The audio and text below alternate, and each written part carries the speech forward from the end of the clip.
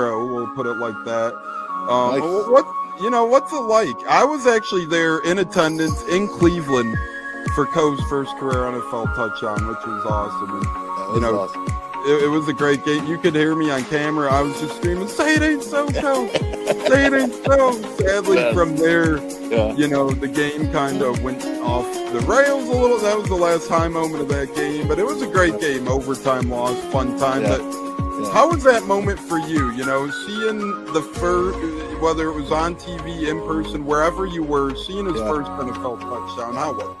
Well, dude, I mean, we were at home because it was a away game. We don't travel to a lot of the away games because we can get into that later. But, to watch that and to think I wished I was there live. So to have your video was so cool. And just that, man, this is so cool. I mean, that was so cool for us. Catching it from Tom Brady, right? Like, he's got the ball yet. I mean, first NFL touchdown means a lot, right? I mean, as a dad, that's so cool to see. And it was fun to watch. And, it didn't have the outcome we wanted, but still the same. What a memory! What a memory to have, right? So, and honestly, cool. those.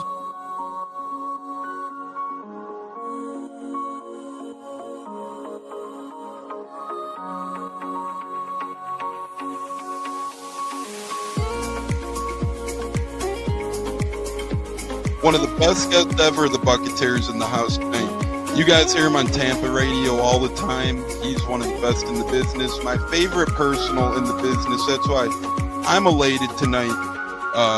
Growing up in the Chicago area, you're used to sports radio. That's what gets me through the day. So this man does help get me through the day, I will say, with the Pat and Aaron show at work.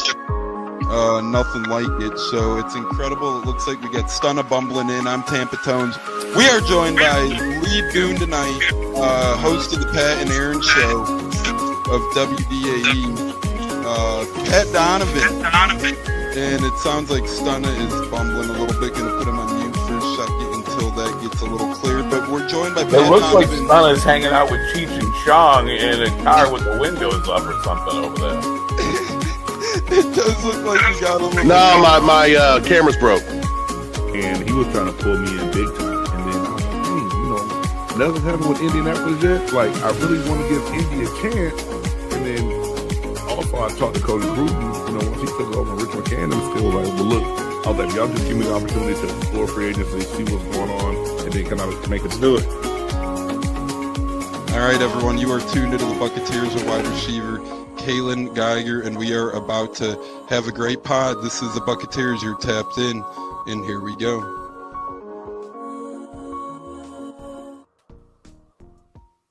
Howdy ho, howdy hey, how the hell is everybody? It's been a couple of days. Welcome back into the Buccateers podcast. I'm your host, Tampa Tones, alongside the great J-Lo, feeling festive here on the Bowl Blitz. Got our Bucs recap, bowl games kicking off, transfer portal is going crazy, coaching carousel continuing, a lot to discuss here on the Bowl Blitz with the great J-Lo, Tampa Tones here as well. And we also have our 12 Days of Bucsmas starting tonight. Go over to Buccateers on Twitter, X, BUCCATEERS. We're going to be giving away some Bucs merchandise over there on the Buccateers. We got some coasters being made in production. Those will be given away. That'll be cool. And some other fun things as well. But without further ado, we're going to welcome in the hostess of the mostest, the man, the myth, the legend himself, the great J-Lo. J-Lo, welcome back into our second Bowl Blitz, brothers. Saturday kicked off bowl season with a couple of fun ones. The Celebration Bowl was a good game, back and forth, quadruple overtime there. I mean, you gotta love it, man. It's bowl season. That's what it's all about, man. Even though it's not a playoff game, but it's bowl game, to where people, when you want to watch, all these young players go in there, ball out for either take the transfer portal, go somewhere else, or get ready for the NFL. At the end of the day, it was fun to watch, man. So I'm excited. I'm excited to talk a little bit about football, talk some Bowl Blitz. I mean, hey, fancy football, baby. I'm in the second round, 3 in my lead. Let's go. There you go, living large, and that's all you could ask for in the world of fantasy football. at this stage of the game. Football's getting more important. Fantasy's getting more important. A lot of football to be had left, though, in the world of college and NFL, and we're going to go over it. And J-Lo, it felt like almost a victory Monday without the Bucs winning this weekend. They had a bad Thursday collapse, but the Panthers had a bad Sunday collapse as the Saints, yes, the Saints were able to punch back, fight back, claw back. Tyler Shuck and the Saints delivering the Bucs a little help, J-Lo, and now we'll go over the paths here shortly, but that game, much needed for the Bucs. It makes things a lot easier if they do want to advance to the postseason by winning the NFC South. No, I couldn't agree more. I mean, it doesn't shock me. As we talked about all season long, the Panthers are consistent, inconsistent throughout the season.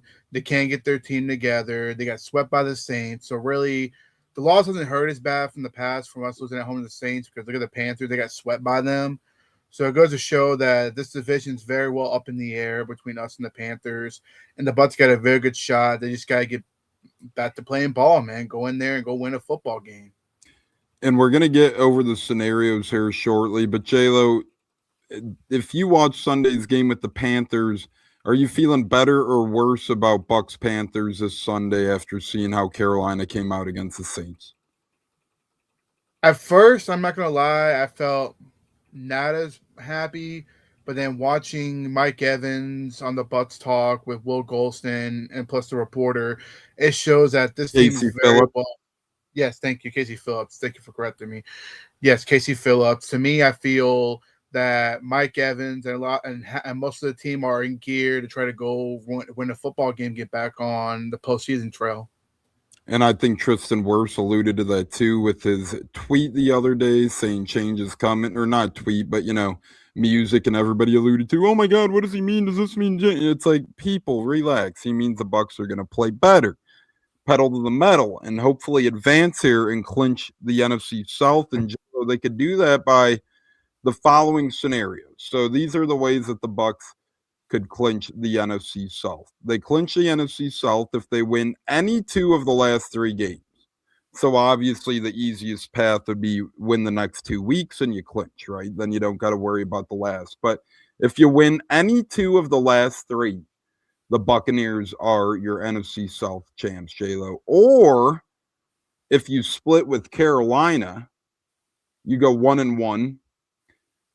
And Carolina loses to Seattle next week, the Buccaneers get in as well. So those are the two paths for the Bucs. You either win 2 out of 3 of your games, or you go 1-1 with the Panthers, and the Panthers lose to Seattle, J-Lo, which is huge because if the Saints lost to Carolina this past week, the Bucs would pretty much have to win out. No, correct. To me, I feel it's all about who wants it more. Do the Panthers want it more or do the Bucs want it more? And to me, I feel the Bucs are very well wanting to win this division and go make a playoff run. We've had a rough 2 weeks, but to me, I feel that these are very winnable games. Defense got to come alive. We already know that. We already talked about it many times. Patrick's got to come alive. But to me, here's an intriguing thing I want to throw out there real quick. The offense finally has all their players back besides the O-line. You got your receiving core back intact. You got your running back group intact. To me, I feel that's going to be a big contribute to where if the defense doesn't want to participate, fine. The offense will just have to outduel the next 3 weeks, which I think they can do. To me, it's simple. Go out there, win a football game one at a time. You got to take 1 week at a time. Right now, focus on the Panthers. Panthers are going to be pissed off going to this football game, just like we're going to be pissed off as well. And to me, I expect a really good physical football game to where I think the Bucs can sneak out a win on the road, which will be huge. All it takes, Tones, is a football win. You go win a football game, the locker room gets back into the habit of, okay, we got this, we can go in there and go on a run. That's all it takes. And the Panthers are no super team. They're just as bad as we are. They're a team that doesn't know their identity. They can't go, in the clutch and get a win over a bad New Orleans Saints team like we did at home a couple weeks ago. So to me, this is very important for the Bucs. They need to go in there, get that win on the road, which I know they can do. The question is, how bad do they want it? That's the real question. That is the question. How bad do they want it? The division is theirs if they do want it, as we welcome a trio of lady listeners into the house. Olivia saying, hope Bucs beat Carolina. Happy Tuesday, fellas. Ciara saying, I hope so. Buccaneers game win. We hope so too. The great Trisha saying, good evening, guys. Good evening to you, Trisha. Appreciate you coming in. But J-Lo, we'll see how bad they want it. And one of those first steps to me is activating JPP. Even if he doesn't play a lot, we saw the spark that Phillip Rivers brought to the Colts, kind of, and it could happen with JPP, and it looks like the Bucs could still use a spark in that edge room, J-Lo, but he could certainly potentially help the Bucs clinch this division as soon as week 17, perhaps. No, I couldn't agree more. He very much could so. And if you listen to the Tom Brady interview a while back, he said JPP was the reason why the Bucs came alive in that second half in the 2020 season to beat Atlanta on the road. So he could be a voice in the locker room. That's what they need. Maybe he might go in there and play. Maybe he might get a second shot the world. We never know. But the fact you bring in a veteran who loves this team, loves the community, many experience here in Tampa, I feel he can definitely go in there and at least, motivate these young guys to go in there and get after the quarterback. That's all it takes. Sometimes it takes a voice to put fire under their ass and for them to go out there and ball out. Pops text into the program. So if the Bucs win Sunday, they clinch if Seattle beats Panthers. So 8 and 9 could win division. That is correct. So that scenario holds true because the Bucs own the tiebreaker right now over Carolina, as it wiggles all the way down to common opponents. The Buccaneers hold that edge over Carolina in common opponents. And then if the Bucs beat Carolina this Sunday, Bucs obviously move a full game ahead. If the Bucs unfortunately would drop to Miami then and Seattle would beat Carolina, the Bucs still win the division, because even if Carolina would win the following week, Bucs have the advantage in common opponent tiebreaker still remaining at the same record, as everything else would be the same. So yes, Pops, that is correct. If the Bucs win on Sunday and if Carolina loses 2 in a row or the Bucs win 2 in a row, the division is Tampa's, J-Lo. That's pretty much the easiest way to put it. Bucs win 2 in a row, Carolina loses 2 in a row, or the Bucs win 2 out of the last 3, then it's the Bucs division. No, it's correct. And like I mentioned before, you go in there, get back on the winning trail. You get back on the winning trail, it changes all scenarios. Then all the weight is on Carolina to go in to play Seattle. And Seattle is not a slouch team. They're one of the top dogs in the NFC. Maybe not the number one, but they're one of the top dogs.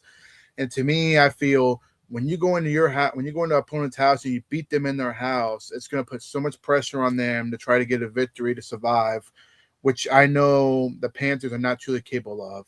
They may beat some good teams, but they're not consistent. So to me, the Bucs got to go in there, get that win on the road, get back on the winning hype. And to me, if you go win on the road in Carolina, then I think it's pretty much a smooth way to the playoffs. What say you? What scenario do you see playing out if one of the following Bucs clinching? What scenario plays out there? Do you see the Bucs collapsing and Carolina taking advantage? So before, maybe a couple of days ago, excuse me, to me, I felt the Bucs were going to go in there and drop this game. But when you listen to some of the players that we just mentioned, Tristan Wirfs, Mike Evans, they're still very much into playing this season out and go make a run. So to me, I feel the Bucs will end up taking care of business in an ugly one in Carolina. And then I think they just win back-to-back games, going to Carolina, going to Miami. Because to me, the Bucs are a little bit better on the road than they are at home. So to me, I feel they'll go on the road and beat 2 teams that are already going to be probably eliminated. Miami's already eliminated. But Carolina, you beat them in their house. All you got to do is go win in Miami. You win in Miami, it just takes away everything and get ready for that Week 18 matchup, which hopefully, obviously, it's going to be meaningful whether we like it or not. But to me, I see the Bucs win back-to-back games and get in the postseason. Happy Taco Tuesday, fellas. Happy Taco Tuesday to you as well, Richard. Yeah, I see Bucs winning back-to-back.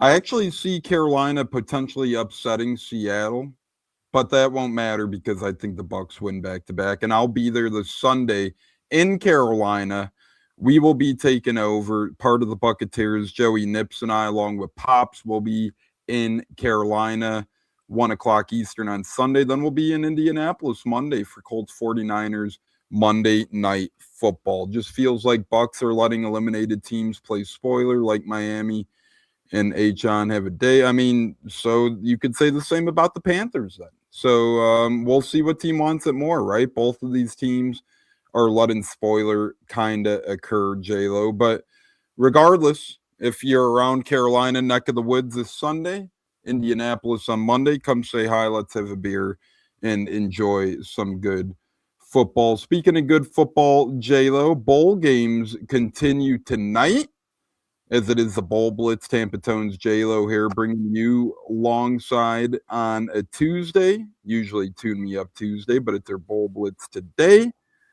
J-Lo, we are hours away from kickoff here in the IS4S Bowl, 9 o'clock Eastern tonight. Salute to Veterans Bowl. Troy is +3 at Jacksonville State. What are you seeing in that matchup? What are you looking out for in Troy, Jacksonville State, the IS4S Salute to Veterans Bowl? I'm sorry. I mean, to me, Troy was a runner-up for their conference championship. They ended up coming up short against, I believe, James Madison. Is that who they played? James Madison? Yep. So to me, I feel their team not to overlook. I will say Donnie Smith, an edge rusher, 10 plus sets this year. To me, that's huge. I think he'll be a big contributor to help Troy play good defense and get a really close victory and beating Jacksonville State. This is going to be a tough game, and I look at it as these are the runner-ups in Fun Belt Conference and in Conference USA, so it's going to be a battle of almost division champs. The line is moving towards Jacksonville State. It started approximately Troy -2.5. Now it's up to Jacksonville State -3, which means money is coming in on Jacksonville State. And I believe that partly to be true because I believe Troy's running back has opted out of the game. I'm not sure their quarterback was maybe going to. He's still a game time decision, I think. But that's huge. And you see that in a lot of these bowl games, these opt-outs. I think Jacksonville State opt-outs, although they have a handful still, I think theirs affect them less. I like Jacksonville State to win a close one here, only because Troy is going to be snake bitten by the opt-out battle. As Christopher Cole says, go Bucs. Yes, Chris, welcome in. Great Saints win on Sunday as we look ahead to the Bucs Panthers this upcoming Sunday. We are excited. Tomorrow, J-Lo, 5 o'clock Eastern. Speaking of excited, Tampa area is probably excited as you have Old Dominion getting 2.5 points at South Florida in the Cure Bowl. Well, not at South Florida, mutual playing field, but still Old Dominion, South Florida in the Cure Bowl tomorrow, 5 o'clock, J-Lo. Old Dominion getting 2.5. Byron Brown not expected to play for South Florida, and obviously Alex Golish will not be coaching as well. No, and that's the thing about bowl games. You don't know who you're going to get playing for the most part. Byron Brown, I respect what he's doing. He's trying to make a decision on his future. But there's still other good players on USF you can't let pass. Kayshawn Singleton, wide receiver, dude's a stud. I think he's going to make a big, impact in that offense to get it going. I mean, to me, I feel the Bulls will go in there and fight hard. I know they got Old Dominion on the spread, I believe you said. But I think USF will come out playing with a lot of heart, try to get their new coach hyped up, and the new coaching staff ready to go for offseason. I like the Bulls in this one, in a close one. I go back and forth. I want to pick them. I really do. I don't like that Byron Brown's missing the game. I'm not too thrilled about that. It's just tough. I'm going to go with Old Dominion only because South Florida's at a disadvantage to me, and Old Dominion's getting 2.5 points. I like the points here in a close game. I could see it going either way, but without their star quarterback, Byron Brown, without their ascending head coach, Golish, I think it's going to be a tough uphill battle for them to climb. Doubleheader tomorrow night, J-Lo, 8:30 Eastern. You got Louisiana -2.5 taking on Delaware in the 68 Ventures Bowl. Once again, 8:30 Eastern tomorrow. I mean, two evenly matched teams that sits and sits, both got 500, both are in the bowl spot to play. To me, it'll be a close one. It's tough to pick. But I'm gonna go Louisiana. I think Louisiana will pull out the win in a close one. That's what's great about these bowl games. They're all gonna be close. I don't see any blowouts happening. I feel Louisiana get the better advantage, starting off with their linebacker, Jaden Duggar, over 100 tackles. That do the tackle machine. I think he'll make a big difference, helping the defense close out a win. I like Louisiana here as well. We'll agree on this one. I think they've played a little bit better all year. Delaware's had a great year, but let's remember this is their first season as being bowl eligible. They fought all year. When they kind of play these tougher defenses like Louisiana have, they have shown cracks in the crevice at times, and that's where I think Louisiana is able to take advantage and win by at least a field goal in the 68 Ventures Bowl, which brings us to Thursday, J-Lo, 9 o'clock Eastern, our last bowl game breakdown on this week's Bowl Blitz. As we will be back next week on the Bowl Blitz as well, breaking down more. And we're going to break down plenty of more bowl games on Thursday on our Weekend of Football kickoff show. We're going to be breaking down the weekend's bowl games over there. But J-Lo, Thursday, 9 o'clock Eastern. If you don't have Amazon Prime, or even if you do, if you have a couple of TVs in your house, or after Amazon Prime game ends, you get Missouri State +1 against Arkansas State in the Xbox Bowl, Thursday night, 9 o'clock Eastern.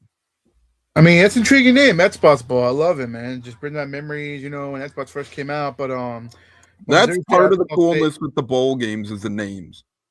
Oh, I mean, you gotta love it. Just bring back some childhood memories, and it gives a lot of these universities, some of these young players, opportunity to go out there and ball out and get ready for next year, whether it's with the program in the transfer portal or into the NFL.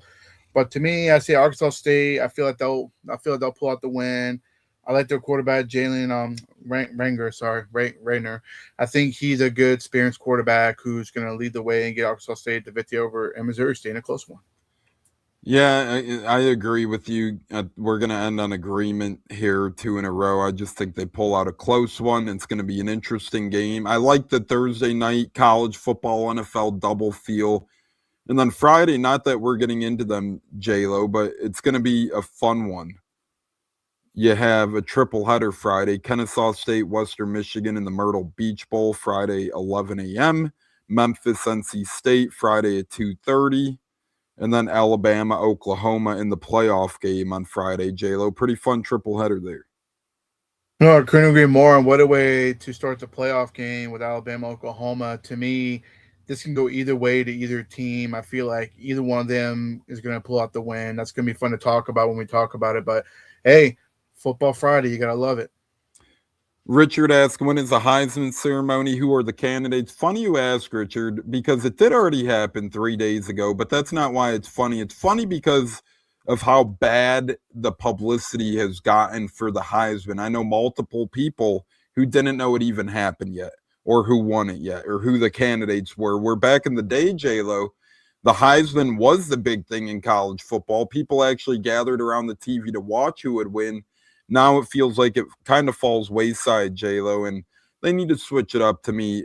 Mendoza on Indiana was a Heisman winner, but J-Lo, multiple people not knowing what the ceremony even was is pretty puzzling. I mean, that's the crazy part. Usually it'd be more announced in commercials and all that, but I didn't see it as much. It was very quiet. To me, the only way you knew is if you were on social media to find out when the ceremony was, because they were naming all the quarterback of the year, Bill Walker, they named all of it. And I was like, why didn't they promote this in the commercial or anything like normal people would do? So that to me was very confusing. To me, I felt there wasn't really strong candidates. I feel like, they were really down on some of the candidates. But even though Mendoza's very deserving of winning the Heisman, what he's done for Indiana, going from one school to another. So to me, I felt that was kind of a disrespectful thing, and they got to step it up next year. Because to me, when you see a player Mendoza come from where he came from, going from California to Indiana and getting them in the playoffs and winning the Big Ten Conference, to me, it's a big accomplishment. And to me, I feel like it was underappreciated. Couldn't agree more. You know, they're making it feel like the NFL awards, which is a ceremony that's, man, Richard saying, what the F? Wow. I was at the LA Kings Calgary Flames hockey game that night. Wow. Well, that's fun, Richard. Hockey's always fun, and that's a battle of a couple of fun ones. I love Kopitar on the Kings. He's one of my favorites. It's sad that it's his last season in the NHL, but nonetheless, J-Lo, they got to get better at the Heisman and, you know, promoting it, and maybe make it a different night then, right? A Friday night or a Thursday night or something.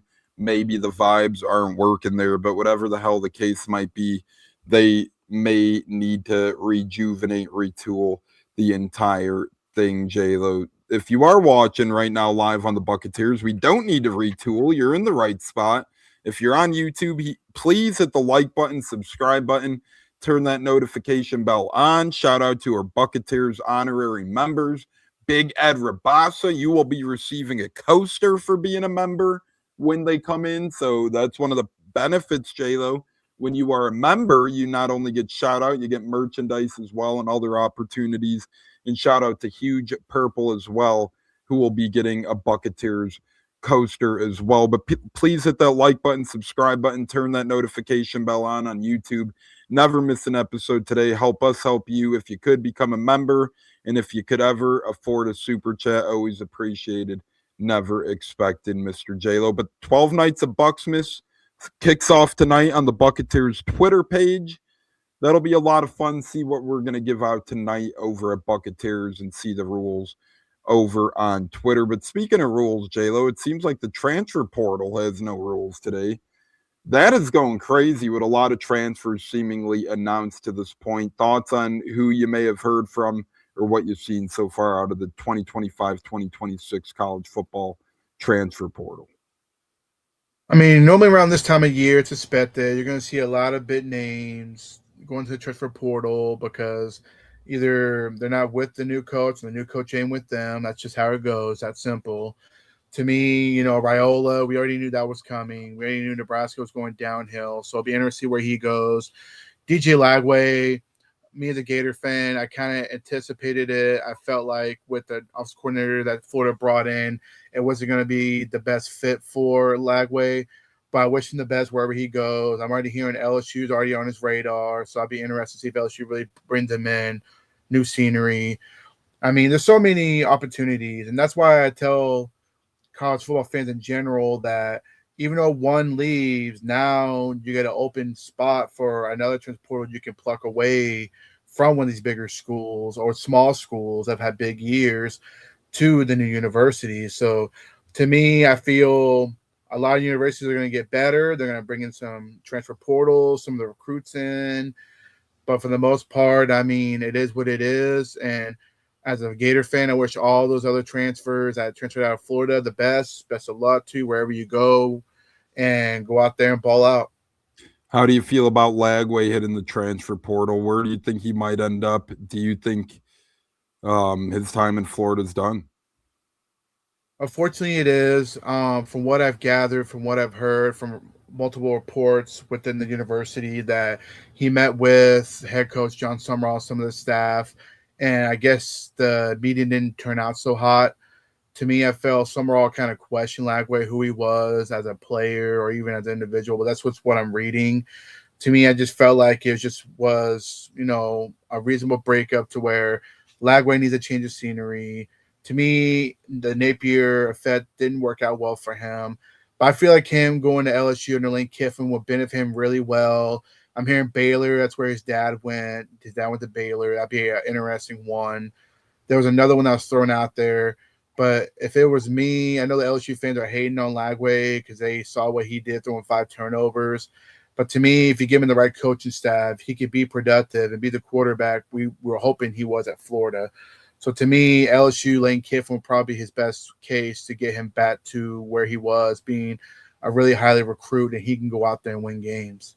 We do have a little bit of breaking news here, J-Lo. For the Salute to Veterans Bowl, Jacksonville State will go up against Troy's starting QB, Goose Crowder, who was cleared to play after getting an ankle injury in the Sun Belt title game, J-Lo. So a little bit of a good news break there for Troy.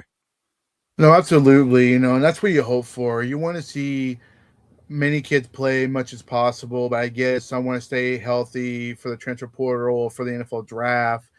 But to me, it just makes the game more interesting.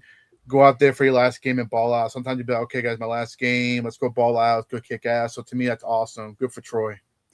Sad news, former Big 12 Conference Commissioner Chuck Naenas has passed away today. Thoughts and prayers to his family. Commissioners go through a lot. Thought there, J-Lo, former Big 12 Commissioner Chuck Naenas passing away. RIP, man. My condolences to your family that are going through it. It's not easy being a commissioner in the conference, no matter where you're at, even if you're in a small one. You're always going to deal with the pressure of adding more teams to build credibility. So shout out to him, RIP, rest easy, my man. Again, since we're on the subject, I did want to give a quick update. RIP to the great Kyle McKittrick as well, friend of the program's brother of mine. It does sting, and we will have an honorary fantasy football segment instead of the MASH report named after him moving forward. 39 years young, just terrible. Our condolences to the entire McKittrick family and my sister and brother-in-law as they battled through this tough time. Just terrible, especially during the holidays. Remember, always hug your loved ones, J-Lo. But quick thoughts from you on just, a life that ends far too soon. Just, again, completely terrible. Still devastated. Still can't believe it myself. No, absolutely. My condolences, man. It's a very tough time, especially around the holidays when you lose a loved one close to you. That's why, like you mentioned, you need to hug your loved one, treat like it's your last day sometimes. It sounds bad, but at the same time, you got to treat life to the fullest, and just enjoy every minute you can, especially when you have kids or you have someone close to you that just motivates you to keep going. So my condolences, rest easy, my man.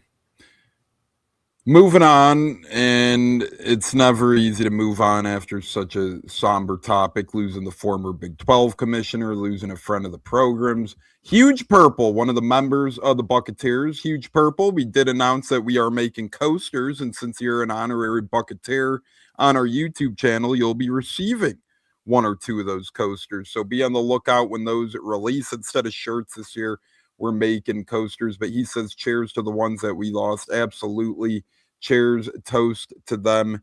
Never easy. Pop's texting into the program, liking the holiday background today on the show, the Christmas background. We appreciate it greatly. You get Santa Claus in the corner. We have plenty where that came from too, as we try and spice things up here on the Buccateers during the holiday season. Have some fun. We'll throw another icon down there. Boxing Day. Nah, let's go with the gingerbread man. How about that? We'll go with the gingerbread man, J-Lo, and we'll switch things up a little bit in the background as well. Wapow! There we go. So how about that? Good trade-off or bad trade-off? No, it's a good trade-off, man. It's festive. It's the holiday season. That's a good way to cheer somebody up, help them get through the hump, So to me, I like it. There we go. So be on the lookout. I think we get these every holiday, Easter, Halloween, all of them, but I got to pay attention. Shout out to StreamYard for the benefits there. Once again, look out for giveaway number 1 tonight on the 12 Days of Bucsmas over at our over at our Twitter at the Buccateers.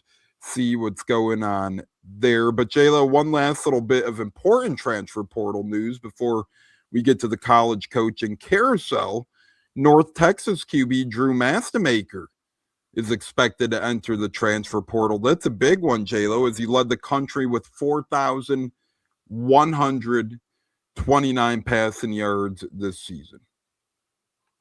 No, it's an amazing story where he's come from. I believe he was a walk-on, if I'm not mistaken, who worked his way up to being a starter. So to me, I don't know if he's going to follow his head ball coach to where he went as far as the transfer portal goes, but he'll be an interesting pick of wherever he goes. He's balled out. I got to watch 2 of his games live, and the dude's a baller. And I think wherever he goes, he's going to be really successful. Yeah, I agree. And he'll go to a big program. I wonder if he follows his head coach as well, potentially, right? What do you think? And it's a very strong possibility because he was the one that believed in him pretty much and gave him the opportunity to go out there and ball out. I'm trying to remember where his coach went to again. I keep forgetting. I'm sorry, top of my head. I'm not sure where he went to, but it I'll wouldn't give you a surprise me. hint. He ended up in the SEC. Arkansas, right? No, not Arkansas. I'm tripping. No, Silverfield ended up over there. Silverfield. Man, where the hell? Giving you, should we start a shot clock here? I'm telling you. Remember, a fun game was North Texas Tulane because both of their coaches were on the move. You had Summerall for Tulane representing Tulane, but going to Florida. Yes. And you had Eric Morris going to, I'm sorry, I'm an idiot. That's where you might be confused. Not the SEC. I'll give you one more hint, J-Lo. Eric Morris going to the Big 12. So that's where I screwed up. Not the SEC. I'm sorry. That's where I figured he went somewhere in the Big 12. I was used to Arkansas, Auburn, those type of teams getting filled, but we'll go Oklahoma State. That's right. Oklahoma State Cowboys. My mistake, yes. So he might go over there because they can use a QB, and to me, it wouldn't surprise me. You go follow the coach that believed in you, took you on. So that would be a good move. He'll go get more exposure at a bigger university. So that, to me, would be a target spot. Just like I believe the Georgia Tech backup quarterback, Philo, he's going to follow possibly Buster over to Florida. And just like maybe Rocco Beck might follow to Penn State as they hired Iowa State's coach and OC. That's another thing. I mean, there's going to be a lot of transfers going on, and it wouldn't surprise me some of these QBs follow their coaches where they go. Apparently, Louisville's a school to watch for Dylan Raiola, according to On3 Sports. Michigan QB Jaden Davis plans to enter the transfer portal as well. J-Lo, he backed up over there this past season. As you mentioned, Georgia State QB TJ Finley, he's going to the transfer portal as well. So a lot of guys out there. Sam Levitt too, J-Lo, former Arizona State QB. That'll be a big one to watch. Oh, yeah, that's another big name too as well. But back to TJ Finley, this man's going on like his 7th or 8th season. Like, how did he pull that off? Yeah, he used to play for LSU, Auburn, Texas State, Western Kentucky, Tulane, and now Georgia State. I mean, that dude's been everywhere. I mean, hey, I guess when you get the eligibility, you get the eligibility. But another couple of notable names. There's a couple of running backs that were on Florida's target. And you mentioned yesterday as well, Brendan Sorsby. Brendan Sorsby is another one that I think would fit so well in Buster Faulkner's offense at Florida. But I'm hearing that he's looking at Texas Tech possibly where he might go, which would be a good fit for him as well. That's another big name. But there's a couple of running backs, CJ Baxter, Jared Gibson, both from Texas. They were 4-star recruits a couple of years ago. Florida looked at a couple of those guys. Those are guys not to let pass by that could be starters for other universities as well. So there's going to be many opportunities to go pick up some good quality players. And this is what I was literally just going to mention. Huge Purple says, holy cow, I've never heard of a journeyman college player. With the NIL and transfer portal now, J-Lo, this is what could happen, right? Because if you're an average college player and if universities are offering you, and I'm not sure that's the case, but say 200, 300, 400, 500,000, you're going to try and extend your career as long as you can. Because if you go into the real world and get a job, you're not making that sort of money probably. No, you're not, and that's the crazy part. I mean, you can stay in college and make more money than you would as a rookie player. J-Lo, Cleavamy says, can't wait for Bucs Colts trip this weekend, and J-Lo could kiss my ass. Wow, that is a little bit alarming over there. Holy crap. He's being better because I playoffs. Just ignore him. Be a little better. It's okay, bro. I'll get you a box of cookies when you come down here in a couple of weeks. Wow, the fantasy guys are going at it. Bachelor party will be a lot of fun.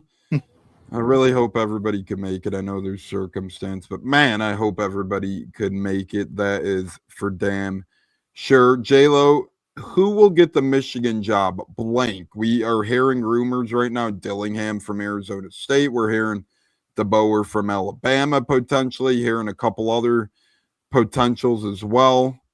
What say you, J-Lo? Who gets a Michigan head coaching job? What a sad story the fall off of Sharon Moore was. I saw a photo of him in public with his wife still the other day. A little puzzled there. Yeah, just disappointing from Moore. Obviously, he was a problem because he got in trouble early in the year, got suspended 2 or 3 games for a recruiting violation. So it doesn't shock me. Um, to me, I gotta say, don't sleep on Washington's head coach, Jeff Fisk. He's another name now that his season's over because Washington played the other night and dominated Boise State. He's a name I think that would take that jump in a situation that Michigan's going through. Kalen DeBoer would be hard for him to leave Alabama. I don't see why he would leave unless he's having problems with administration. Dillingham's another big one, but his alma mater is Arizona State. So unless Michigan's going to dish out a lot of money, which I know they have, to me, Jed Fisk would be the one I would say that would get that Michigan job just because he's not afraid to take a leap on a short period of time because that's what he does. He bounces around universities. 2 years at one university, he's been at Washington for a couple seasons, so it wouldn't surprise me if he gets the Michigan job. Here's an interesting scenario Nick Wise created as well. Say if USF has Byron Brown transfer, would they entertain maybe getting DJ Lagway to be the South Florida Bulls quarterback, J-Lo? That was another university I heard that would be possibly in the running for him, especially with Coach Brian Hartline, who is a really good recruiter, one of the top ones in the nation. And that wouldn't be a bad idea for him to go to USF. I think change of scenery, but he stays in Florida. But to me, overall, I think Lane Kiffin, LSU, or Baylor would end up snagging him away. But USF would be intriguing. It wouldn't surprise me if Lagway wants to stay in the state of Florida and try to recruit other people to come play with him. He's also good at bringing in good talent to come play with him. More pieces to the coaching carousel getting filled out across the past couple of days, in the world of college football as we are live here on the Bowl Blitz. J-Lo, Tampa Tones, bringing you all the latest and greatest in Buccaneer and college football. But J-Lo, a couple other coaching positions got filled in, both assistants and head coaching wise. East Carolina is targeting North Texas offensive coordinator Jordan Davis as their school's next offensive coordinator. That'd be a good move for East Carolina to me after Jordan Davis had all that success at North Texas this past year.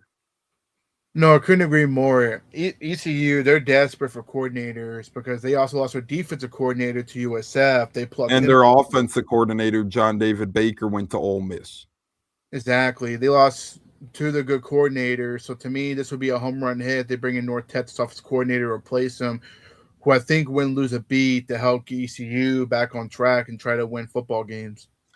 Texas A&M bolsters their staff as they're adding on former Arkansas defensive coordinator Travis Williams to their staff as a linebackers coach. Anytime you could get a defense, offense, or special teams coordinator as a lesser assistant, J-Lo, to me, that's always a win. To me, that's a big win for Texas A&M. No, absolutely. Especially that you have experience in the SEC and the same conference. That's always a home run hit. And also, it can help recruiting-wise in other different areas where they came from. So, to me, you can't go wrong with that hire. Western Kentucky Director of Recruiting Nick Lamatina has accepted a job as University of Cincinnati's Director of Player Personnel at the age of 25. Kudos to him, man, young man, getting that sort of job, J-Lo. At 25, man, that's really young. My goodness. I mean, these youngsters are coming up getting these big jobs, so shout out to him. Yeah, and it seems like Texas A&M is promoting wide receiver coach Holman Wiggins to their offensive coordinator. That's a big jump for him over there. No, it is, especially replacing, I believe, Colin Klein, who took the Kent State head coaching job. That's a big loss for A&M. He's done wonders for A&M the last couple seasons, this year and last year. So to me, he's got big shoes to fill. But you know what? To me, sometimes promoting within who knows the system doesn't hurt. The Godfather in the house saying, hello, man. Hello, Godfather. Welcome in to the Buccateers. We love having you here on the Buccateers. J-Lo, a couple other coaching carousel moves before the final words, and we log on out of here. It is funny seeing like players agree to terms to go back to teams. It totally feels like free agency these days over there. But the next head coach at Utah will be their defensive coordinator, Morgan Scaley, replacing Coach Whittingham. Thoughts on that situation in Utah? Kind of surprising. It's very, but shout out to Whittingham on his retirement. He did a great job at Utah and that university, getting them a lot more wins and losses. But like I mentioned before, sometimes promote within that knows the system, the players know all the recruits. To me, it's risky, but it's 50-50. But I'm confident that he'll do a good job replacing Whittingham as the head coach. Last but not least here in the coaching carousel, J-Lo, Kirby Moore, Missouri's offensive coordinator, expected to be Washington State's next head coach. Pretty good hire there as Missouri had a good year with multiple QBs. No, exactly. I mean, to me, it's a home run hit for Washington State. They've had bad luck the last 4 or 5 seasons, losing Fisk, and then they lose the other one. Rodgers left this year to replace Campbell at Iowa State. Yes. So, we're losing Rodgers after, I believe, 1 or 2 years. I think it was 2 years Rodgers was, or maybe 1. But anyway, long story short, to me, this is a really low-key good hire. That way, hopefully he won't get plucked in the next couple of years. Give him time to develop, because Missouri had a really good year on offensive wise. Tough finish, but in the SEC, when you're a play caller in the SEC, to me, that's a home run hit when you want an offensive mind coach as your head coach. Couple of other QBs hitting the transfer portal as well. Furman, quarterback, is transferring. Trey Heaton, he threw for 34 yards in 2 years and 30 touchdowns.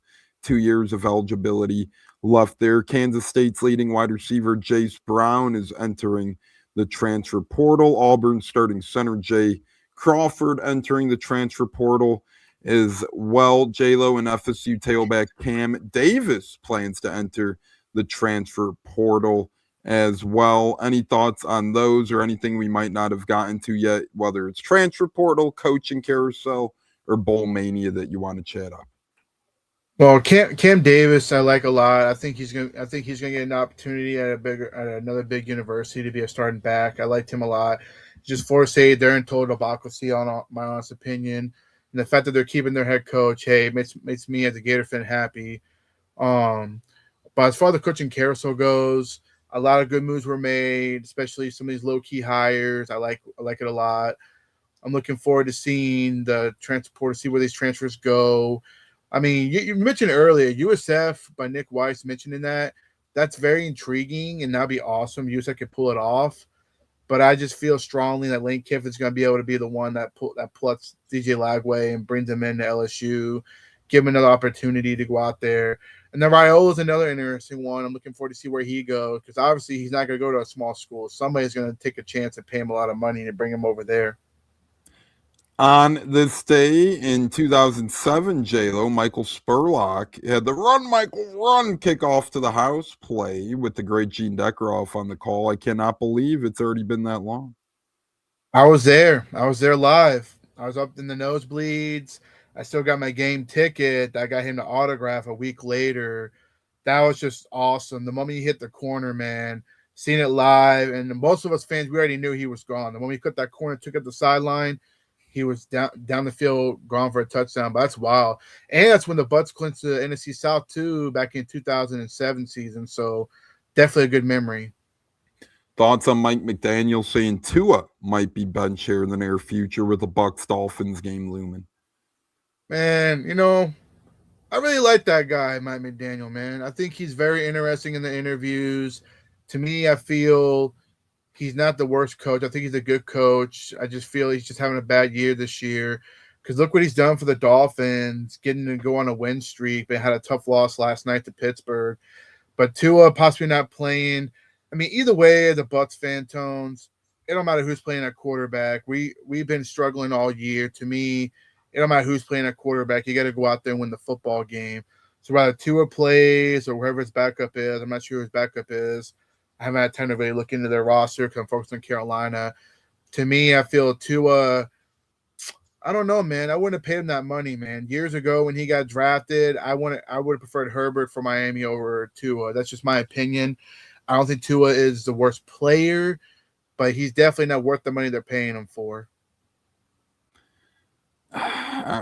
Just sad. I mean, not sad, but Miami thinks they have their franchise quarterback at one point, and they don't.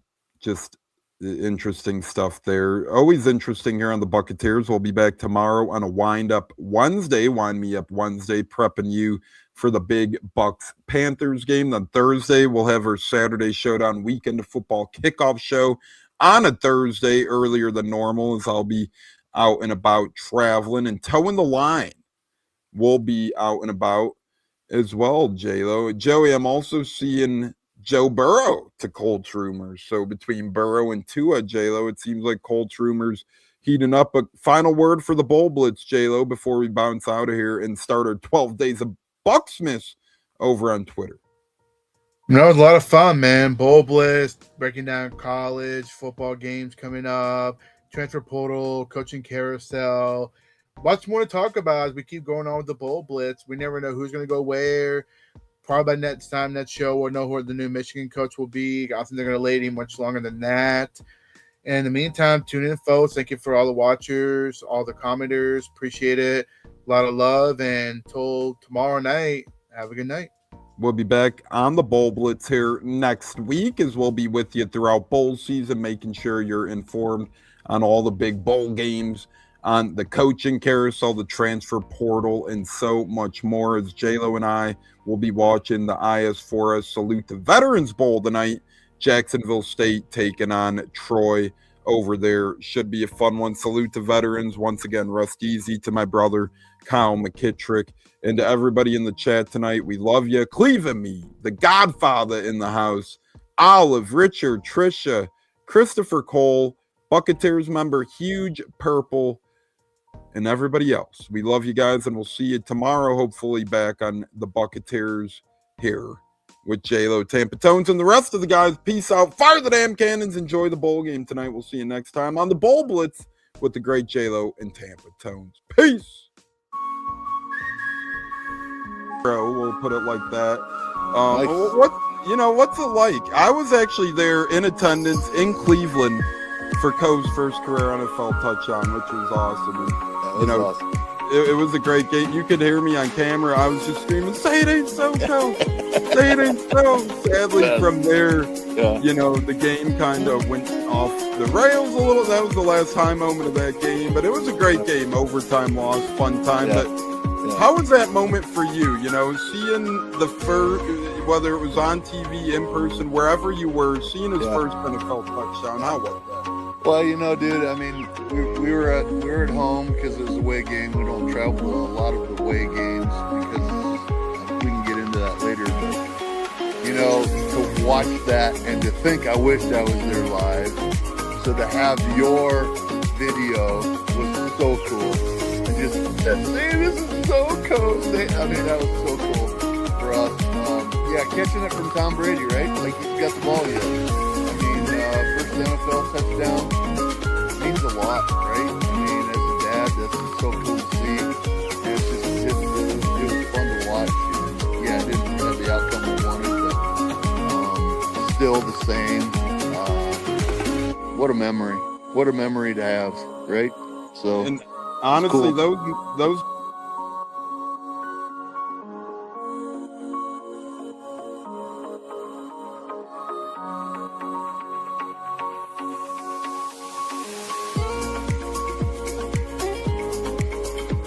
One of the best guests ever, the Buccateers in the house tonight. You guys hear him on Tampa radio all the time. He's one of the best in the business. My favorite personal in the business. That's why I'm elated tonight.